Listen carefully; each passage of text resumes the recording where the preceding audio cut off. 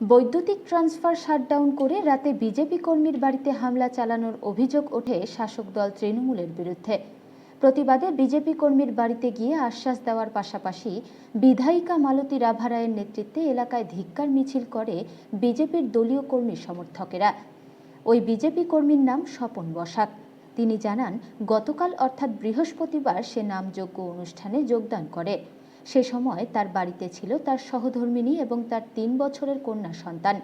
ঠিক সে সময় এলাকার বৈদ্যুতিক ট্রান্সফরমার বন্ধ করে দিয়ে তার বাড়িতে হামলা চালানোর অভিযোগ ওঠে তৃণমূলের বিরুদ্ধে। তার পরিবার যথেষ্ট আতঙ্কে রয়েছে। যদিও অভিযোগ অস্বীকার তৃণমূলের ব্লক সভাপতি প্রদীপ বসাকের। তার দাবি, পঞ্চায়েত ভোটের আগে হাওয়া গরম করতে বিজেপি এসব মিথ্যা অভিযোগ করছে।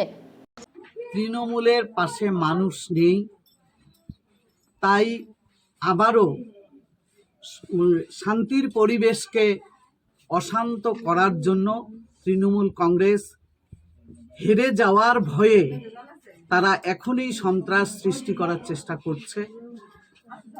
যে স্বপন বসাকের বাড়িতে কালকে রাতের অন্ধকারে তার বাড়িতে স্বপন বসাক ছিল না, তার ছোট বাচ্চা এবং তার সহধর্মিণী ছিলেন।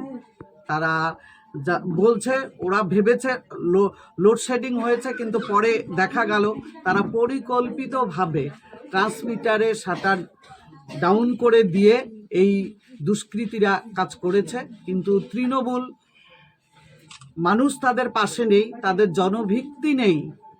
তারা যে অন্দরান ফুলবাড়ি অঞ্চলের প্রধান বিজেপিতে যোগদান দিয়েছে, এই ভয়ে ভীত সন্ত্রস্ত হয়ে এলাকায় যে অশান্তির পরিবেশ সৃষ্টি করছে এবং বাড়িঘর ভাঙচুর করছে, এই করে সন্ত্রাস সৃষ্টি করে কাউকে ভয় দেখিয়ে কাউকে হুমকি দিয়ে বিজেপিকে যে রোখা যায় না। আজকেই বুঝতে পারছেন যে স্বপন বসাকের বাড়িতে যে ঘটনা ঘটেছে, গ্রামের মানুষ সবাই ভেঙে এসেছে। আমি বিধায়ক হিসাবে তার পাশে এসে দাঁড়িয়েছি। আমরা সব সময় আছি যে আমরা দেখিয়ে দিব মানুষ ভোট দেবে এবং তৃণমূল কংগ্রেসকে এইবার তুফানগঞ্জ থেকে একদম ঝেঁটিয়ে বিদায় করবে।